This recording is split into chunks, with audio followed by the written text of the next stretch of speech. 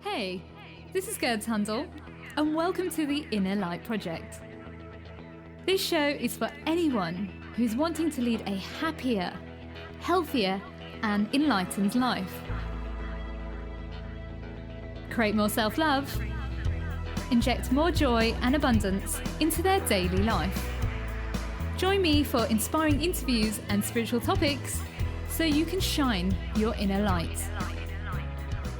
Hello and welcome to a special episode of the Inner Light Project. My name is Gerd Handel and I'm so grateful to share this guest with you today because she's just such a powerhouse woman. She used to be a model. She has used her platform to help so many young girls and women to have the education that they deserve.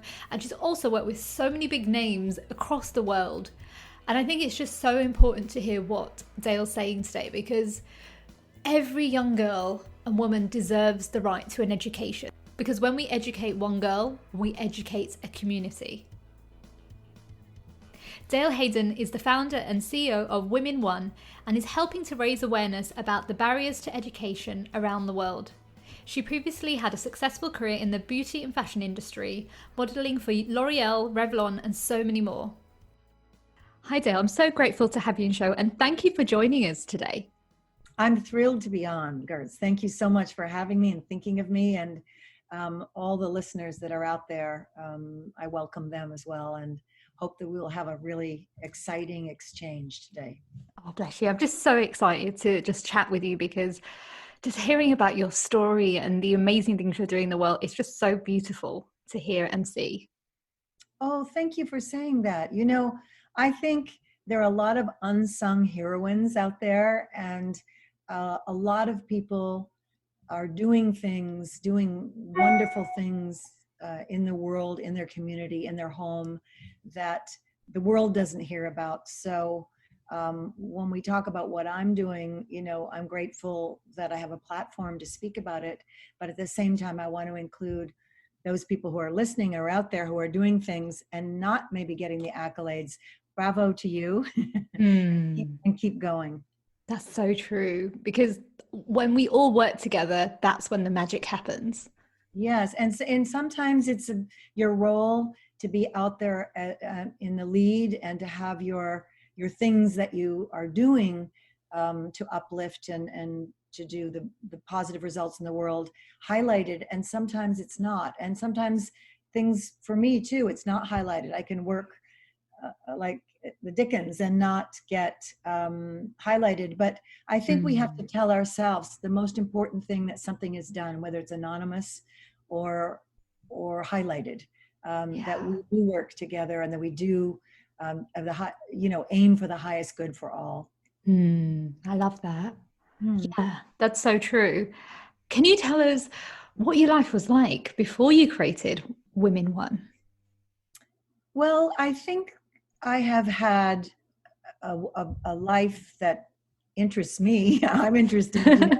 I think I'm very grateful for the opportunities I've had. I worked very hard. I knew very young that I wanted to do things in the world. It didn't look obvious because I didn't have connections and things like that to step out into the world. So I do feel that through the different experiences I've had that we come in partnership when we attempt to do things to step out into the world with a higher power, with a partnership with, you know, I guess all I could say is a higher power. Some people might say God, some people might say whatever way you think about it, so that you do your best and that higher power works with you for that completion. And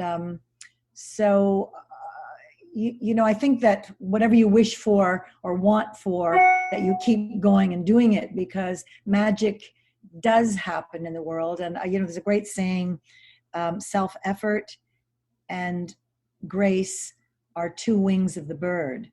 And I think we can't just do it with self-effort. We can't just wait for something to happen. We have to work in partnership to accomplish what we want to do. And I was lucky enough to have some amazing experiences in the world and still do. And I'm eternally grateful for all of them, the good ones and the bad ones. Yeah. So you were in the modeling industry, right? I was, yes, I was in many years. I call myself a dinosaur in this business. I've been around so long, and when so many people told me that I'd be over the hill, finished doing it, and I find other ways to reinterpret myself that have validity, because I feel it's important to highlight, um, beauty and grace Mm.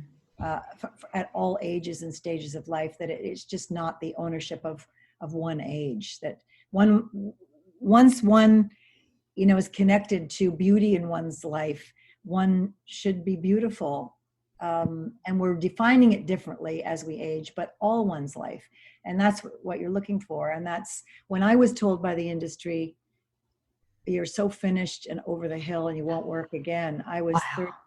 38 years old, and I went, oh, you are so wrong.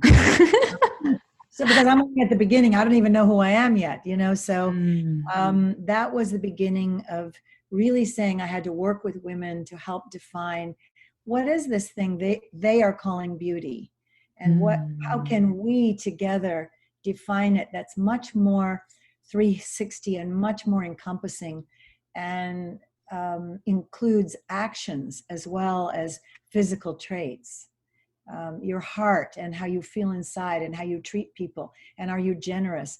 All of those have to be included in the definition of beauty and being beautiful.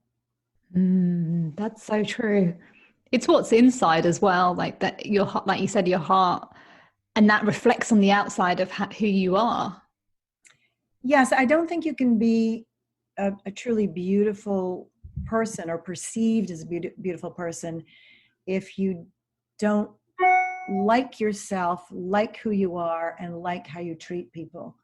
Um, because it eventually, over time, um, works itself into what you look like physically.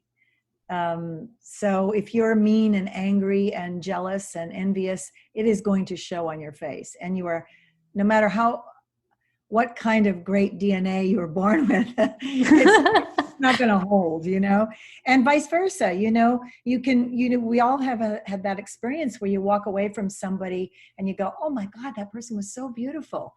And it's really an experience you have with them, more than you're saying, oh, they have, a little button nose or some blue eyes, things like that, right? It's just, Yeah. you just feel how beautiful they are. Even their voice.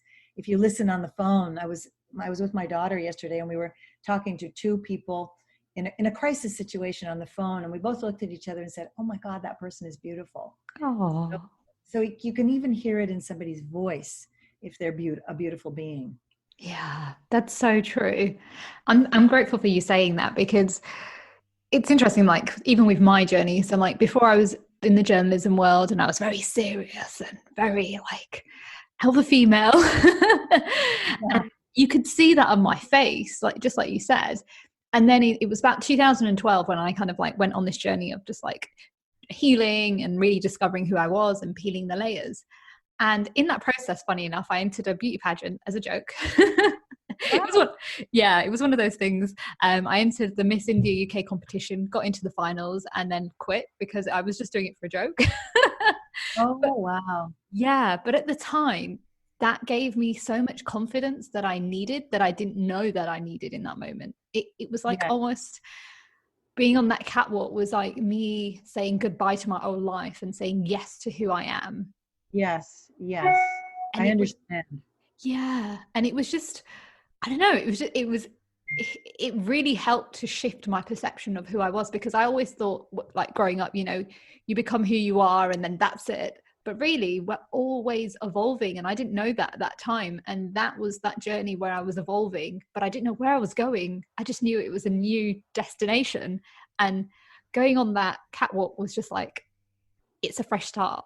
It's time to be you almost. And I haven't done it again, but that was like a moment in my life where it was just like a turning point for me. That's a beautiful experience. I know for me in the modeling industry and the beauty industry, I mean, some people have preconceptions about what is a model, who is a model. I was told it took me a very, very long time to be successful. And in that time to be successful, it gave me time to grow and see that these people don't know. They follow what another person hires, and then this person hires. So one has to be persistent. They are not the arbiter of what is beautiful or what is beauty. They just follow what other people are saying. Yeah. So I don't think we can fall for that. I think that we have to form our own opinion, and that we have to work together to really say, let's not talk about this superficially. Let's go deeper and decide together, where do we want to find beauty? I always say that a physically beautiful person has a 2-minute grace period, where you can look at them and admire them. But if they don't have anything to deliver after 2 minutes, you're so, disappointed, because there's so much promise and very little delivery. So a person that has physical traits that are beautiful really has to work harder and go deeper. And I think that, as a model, I worked very hard on communicating from the inside through through myself to the lens. And a lot of women have written me and said, I think you could understand how I feel, I think. And so that is a translation, I think, of beauty as well. Because most of my success I got out of beauty contracts, and that's very close and very intimate and very accessible. So you really have contact from the page to the person, Yeah. So you were in the industry, you're at the height of your career. So what happened next? Like I said, the industry told me, you're finished, you're over the hill. I'd had an incident in my life where I'd lost my husband unexpectedly. And so I tried to go back into the industry, and they said, oh, are you crazy? You will never work again. What? At that time, the images of the creams that they were selling for a 40-year-old and up were being shown on a 20-year-old who didn't need them. So I really thought I could change the perception of the beauty industry from the inside out. And I went to the library, did a lot of research, and came back really, pulling that information together, speaking to people. And some of the companies noticed. It was in the early 90s when, that wasn't really highlighted, a woman over 40. So through different companies like Clairol and companies like that, I started gaining traction. And because I was steeped in the knowledge of it and passionate about it, they listened. And Estee Lauder took me on board after everyone said you were finishing over the hill. So I had a contract with Estee Lauder. And then right after that, from one day to the next, a contract with L'Oreal. And that went for 15 years. So it gave me a great opportunity. I wrote 2 books, both were bestsellers. Gave me a great opportunity to travel around this country, Europe, Britain, Finland, Sweden, China, all these countries, talking to women about, let's really speak about who we are and where we want to go and what we consider as beautiful. And here's some tips, but then let's go deeper, that kind of thing. So that's what happened. And then I just said, I really want to work with women in more extreme situations. And that started me with becoming a UNICEF ambassador. I traveled a lot with them in many, many countries until I felt like I was somewhat of an expert, because you never are completely, but on the ground, rolling up your sleeves and getting dirty. And about 8 in Angola, in Rwanda, in Darfur, in Sudan, in a lot of different countries, and really seeing some horrific things. And then I started my own organization, which is called Women One, and we focus. There are many, many important aspects, to food, clean water, vaccines, things like that are important to focus on. But I felt education. If you educate secondary girls, because that's the turning point. That's where you lose. 12 years old is where you might lose a girl to be either married off, sold, or brought back into the family. So I felt, and it's been researched and validated continually that when for every year you can keep a girl in school after 12, so many positive things happen. You know, acts of aggression go down, occurrence of HIV AIDS goes down, the community rises up. There's just so many things that happen. So that's what we're focused on: quality education for secondary, secondary education for girls in the most extreme areas. And we were in 8 countries, but drilling down in Kenya in a little place called Nanyuki. So we're working closely, and it's a little bit different now with the COVID because it hasn't fully hit them yet, and they have many other kinds of problems than we do in a third world country, Yeah. Wow. That's just, wow. That's so inspirational. And I totally understand what you're saying because my heritage is from India. So my parents are Indian, I'm Indian. And like I've got family who are in India, and like every time like I would visit and you'd go to like villages or like you call them shanty towns, you see a lot of young girls like being more older than they really are or having kids at a young age. And it is so true that education is key. When you educate one girl, you educate the whole community. That's right. That's right. And there are about 65 million girls out of school. I mean, there's like 180. The numbers are slightly different depending on who you speak to, but it's between 160 and 180 children out of school around the world. And the large part of them are girls because they're more dispensable. The family considers them more dispensable. If they have money, they're going to give it to a boy child, not a girl child. So we fight to keep them in because if you think about it, they're going to be the first teachers as mothers. If they're educated, they're going to have educated children.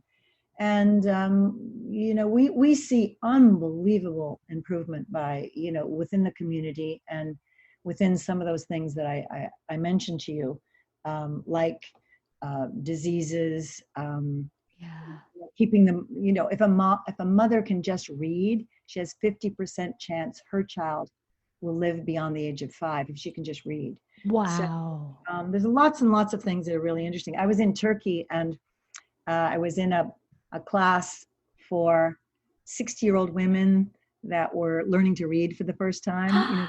They'd come from rural Turkey and they were coming into Istanbul and they were going to reading classes.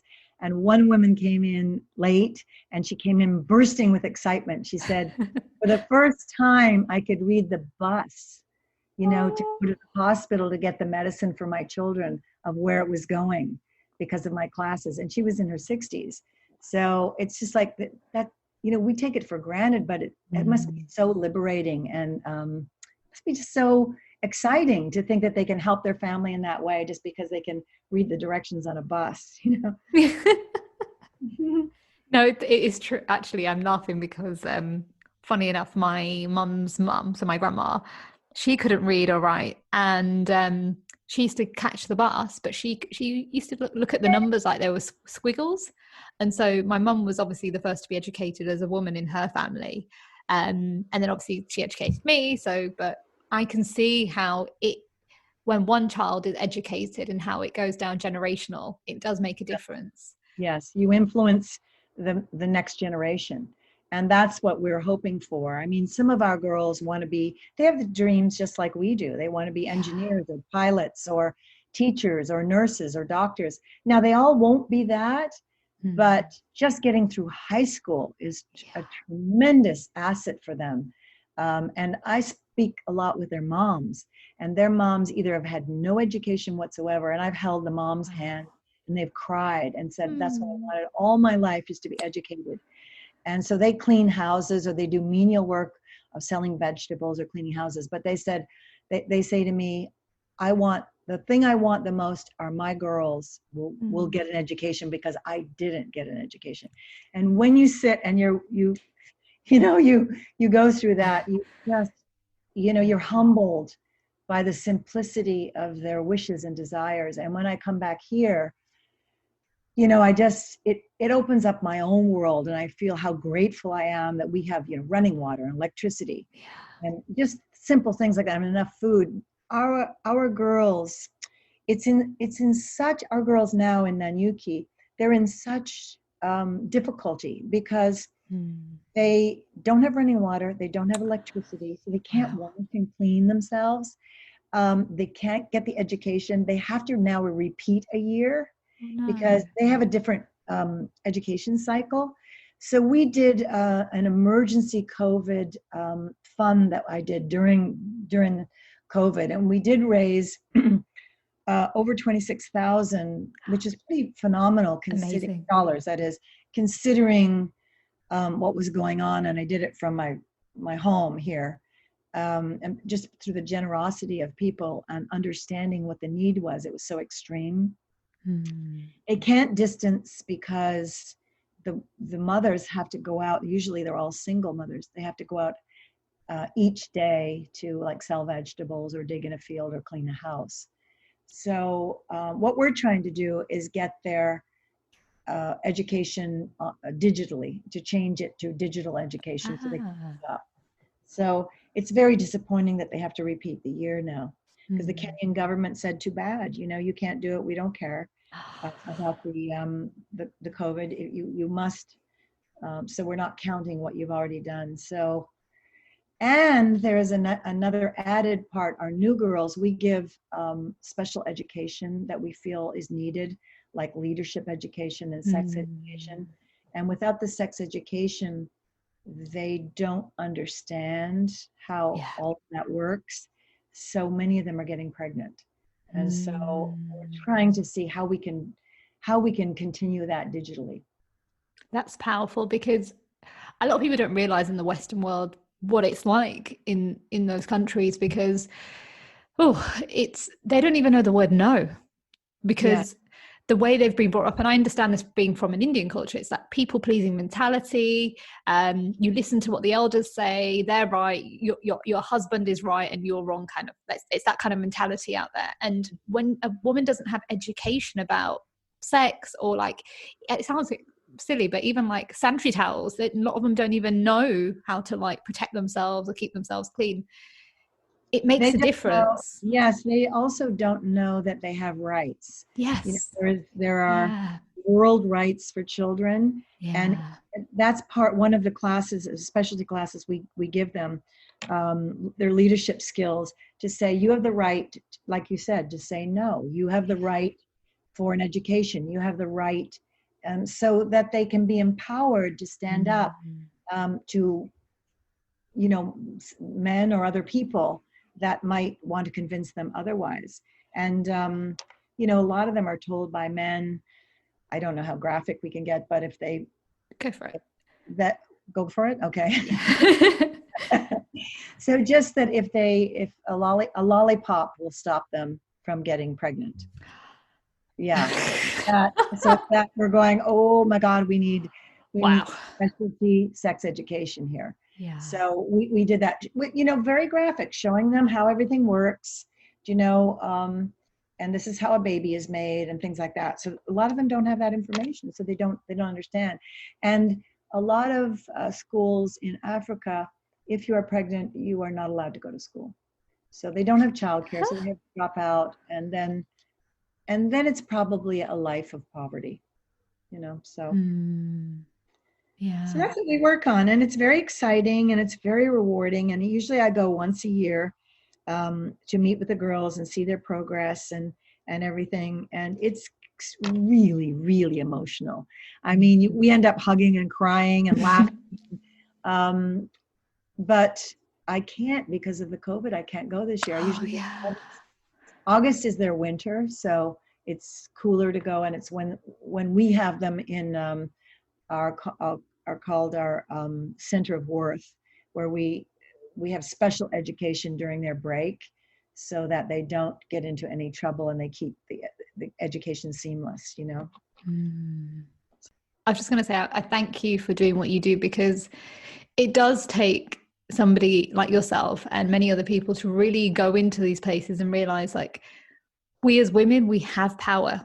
We have the ability to lead. We have the ability to trust ourselves and know that we are powerful and we are abundant. It's just, unfortunately, in our society, certain places have taught the opposite to women, and this is where you guys come in and actually really shift that and remind them of their own inner power and inner worth.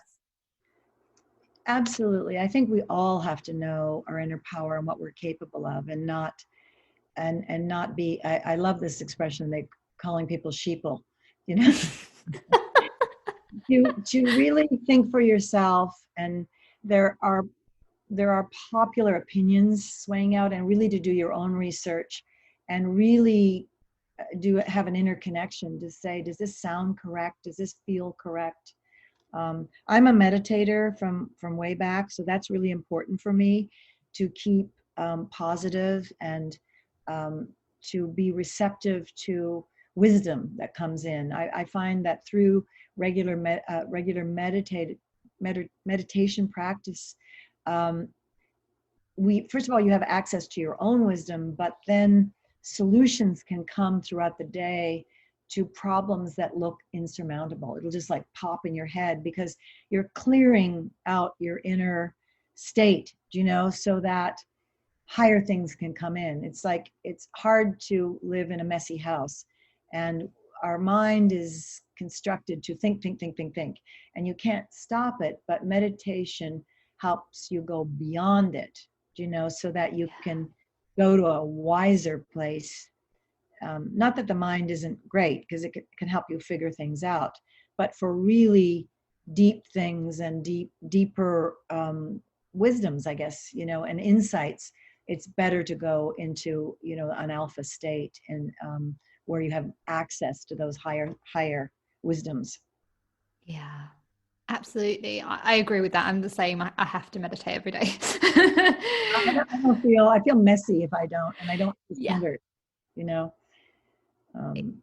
It's like there's too much energy, or like there's just too much going on, and then the moment you meditate, it's like, right, I'm grounded again. Let's come back. It's right. And then things look surmountable. Whereas without meditation, you just get inundated with stuff that's out there. This breaks down, this person fights with you, this person cuts you off in traffic. When you have a regular meditating practice, a lot of those things don't bother you as much. You don't get overloaded and overwhelmed as much. I mean, it happens, you do, but not as much. A lot less. I'm sure you agree, right? Oh my God, 100%. The old me. Exactly. Oh my God. Was all over the place, drained, depleted, lost, confused. And then when I started doing the inner work and meditating and, journaling and releasing, wow. Like you said. Also, the practice of being grateful, I think, is extremely powerful, because I just did a move and I found a great house, and I just left the house and I sat in my car for a minute and I said, I'm so grateful. I'm so grateful. I'm so grateful.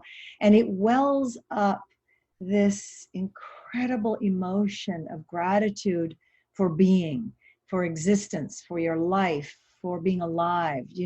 It's very linked to a lot of flow of happiness. And I don't think we're taught how to be happy. And I think the practice of gratitude, being grateful for what you have, instead of what you don't have, is really one of the major secrets of life and happiness. Even it's simple things like, thank you for being able to breathe. Thank you for being able to get up and walk. Thank you. I remember one of quite well-known friend of mine got ALS, and you get paralyzed, and they were asking her, and there's no cure for it, so eventually it just moves up the body and you die, at this time. This is what's happening. And she was asked, what do you miss, most? And you were thinking of something so huge, and she said, holding a cup of coffee in the morning. Wow.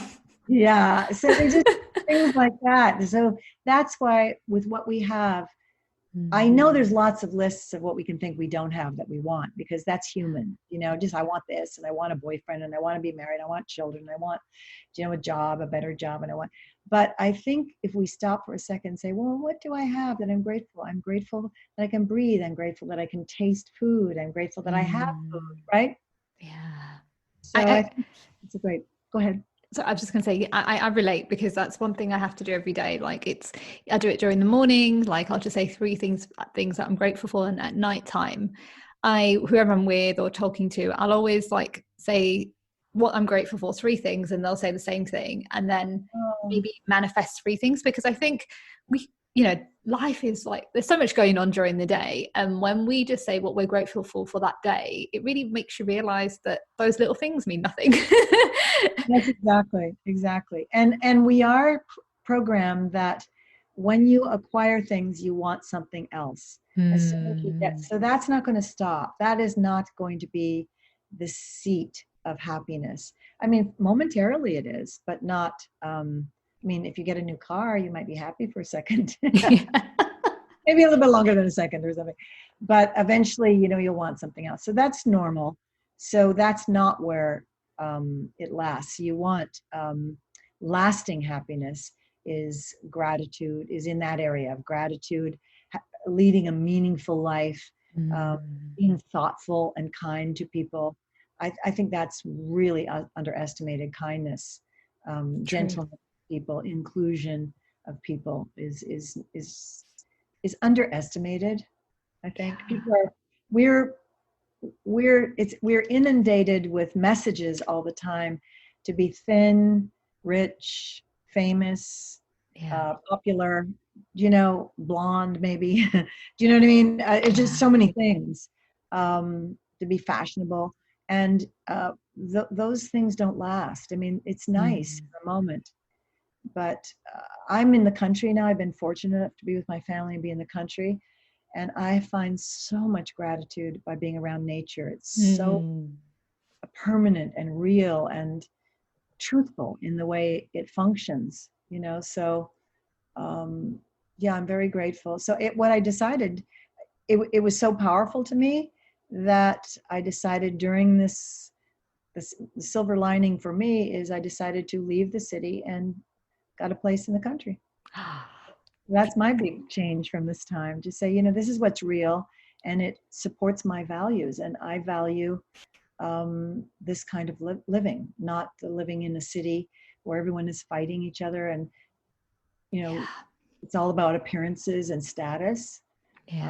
It doesn't feed me as a human being, as a spiritual being. So as I just decided from one day to the other, I'm around my family and my children, my grandchildren, and I'm supported my daughter. My daughter is a therapist, and I recommend everybody to look her up. It's Ryan Haddon Coach.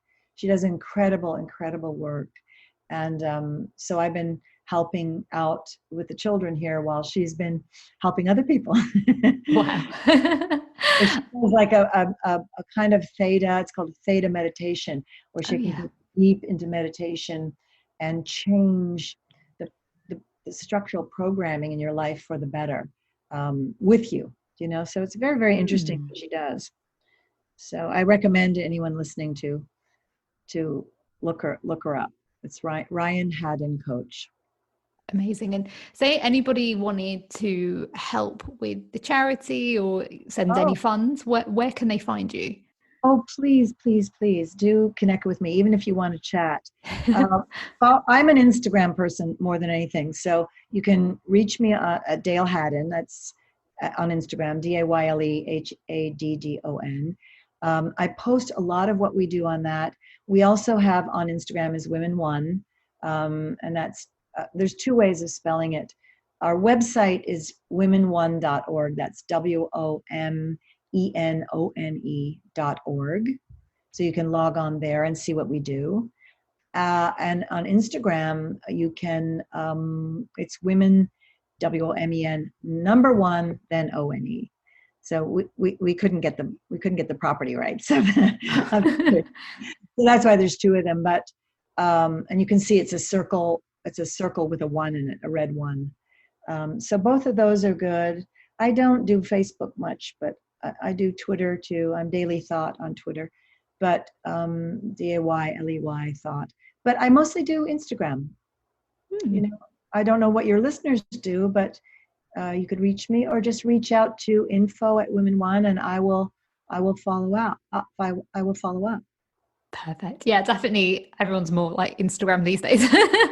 Yeah. So, are you Instagram? Yeah. It's more fun. It's very fun. And I put some personal things, but I just did posted a lot of what we did with this, of what it's done for the girls, this emergency fund we did. So that's on there as more recent. But being out in the country, I post less. It just seems, some of it seems irrelevant, you know, like, not that I did Here I Am at a Party and stuff like that, but I traveled so much. So sometimes I did traveling things, but yeah, just check it out and contact me, and you can DM me, and I'll stay in touch with any of the listeners. Yeah. Love For it. sure. Say somebody wants to help make a change for women in education. What are your 5 top tips that they could do? Log on to Women One and connect with me. That's one. Nice. Women1.org. Look in your own community and see what is needed, you know, in your own community. Sometimes it can be something very, very simple. I would research some facts that that the UN has put out about some of the positive impact by educating girls that occurs, such as occurrences, I said before, occurrences of violence goes down, occurrences of HIV/AIDS goes down. The community starts to expand and prosper when a girl is educated, because she gives back to the community more than a child does. Yeah. That's why Mohammed Yunus, who wrote Banker to the Poor, and won the Nobel Prize. I think he won. Was it the Nobel he won? He says he works with women because he found that poor women give more back to the community, whereas poor men, the first thing that they do when they earn is to spend it on themselves. That's what he found. So I think get that research done, and then look at organizations that you can connect with and see if you can volunteer. Easiest to volunteer in your own community first, and just even sometimes people need a meal first before they can be educated. So sometimes that can be helpful, Yeah. I approached any kind of volunteer opportunity that I could. Before I started with UNICEF, my family was steeped in that, to volunteer.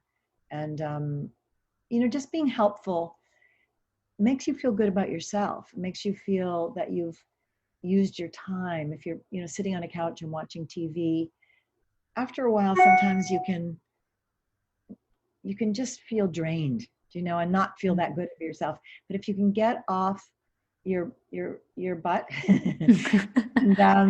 and just, get the effort, because initially it's challenging, but say locally, what can I do in my community? Even if it's cleanup. We had my grandchildren clean up the road here, and they just felt so good about that. So, they had an adult protecting them because they're young. They're 6 and 8, and they were cleaning up the road area on their road. So there's lots of ways to volunteer to make things, your park or things like that, better. But let's see if there's anything else in education I can think of. I love IRC. I think IRC does really good work. I think Save the Children does good work. UNICEF does good work. All of those organizations, I don't know how you connect with them, but I do have people asking me, how can I volunteer there? It's very difficult to go through there. You have to have connections, to do it. But if you start with a smaller organization like my own, or similar to my own, or, possibly start your own. But I'd work with somebody first just to see the lay of the land. Yeah. I don't think if there's any other way that I can think of. I think start locally is always good. You can always reach out to me and just tell me what you're doing, and I'll try and, give you some guidance. You can do it that way if you want. Nice. Thank you. Thank you for that. And we are towards the end of the show. It's gone so fast. No, it's Wow. wonderful to have this platform and this opportunity to speak with you, Gertz, and also to share with, because your listeners. I appreciate everyone tuning in, and I appreciate it's people like yourselves that allow us to do what we do, and it's not for everyone to go off to Africa or things like that. It's sometimes it's because of the generosity of the people out there and listening that allows me to be able to get in a plane and go there and help these girls, and they know it, and they do lots of gratitude things for people who are supporting them. Oh, thank Thank you. you. Yeah. Thank you as well for just doing what you do, because like I understand like it it's everything is baby steps, and the more we help each other, whether that's just sending money or helping somebody else in charity or whatever we can do, doing our part does make a massive difference. And like give it 30 or 40 years time, that will then change those communities that got the support. And I understand that it's so important for all of us to do something. It doesn't have to be big, but it's something to help the women. Absolutely. We have lots of very young children, like doing, like my granddaughter did a cookie sale. Do you Oh, know, things like that you can do and then raise money that way. That, that might be your way, one's way, or you volunteer for something, a baking sale, or there's a whole series of people that massively do. It's almost like a Ponzi cupcake thing, but it's all to raise money for doing good in the world. So just be creative about it, and hopefully you'll think of us, Women One, in raising funds that you do, because every bit helps, and it goes directly. We do the 80-20 method, that 80% goes to the girls directly, and 20% is just the structural for us to keep existing. So that's how we did it. We were doing 90-10, and it was really hard to manage, but we do 80-20. So we know the girls, we know their names, we know their progress, we know what their problems are, and we have a leadership academy, that those girls that have leadership qualities, we really focus on them and our impact. I mean, those are 60 girls, and that's what the emergency fund was for those girls, but we impact over 5,000 in the area with what we do. So wow. yeah. Thank you so Hopefully much. your listeners will think of Women One. Yes, I definitely recommend everyone to check out the website and give as much as you can, even if it's a little. It does make a difference, and you're going to shift so many young girls' lives and even women. So please do what you can. And again, thank you, Dayle, for being on the show, and thank you for being who you are and shining your light and helping so many other women and young girls in this world. Oh, you're so kind to say that, and it's an honor to do it. And sometimes I ask myself, am I being helped more than they are? I mean, to have a life of service is, I think, one of the highest callings. So I'm very grateful. Wow. What a powerful, powerful interview with Dayle. Thank you so much for just being a beautiful light in this world and sharing so much wisdom about how we can help young girls and women to really take their power back and be empowered through education. Unfortunately, that's the end of the show. Before I leave, I want to leave you with this quote. You educate a man, you educate a man. You educate a woman, you educate a generation. For more information about the show or how to trust your inner light, visit my new coaching program at gerdshundel.com. And remember, stay happy, stay healthy, stay lit.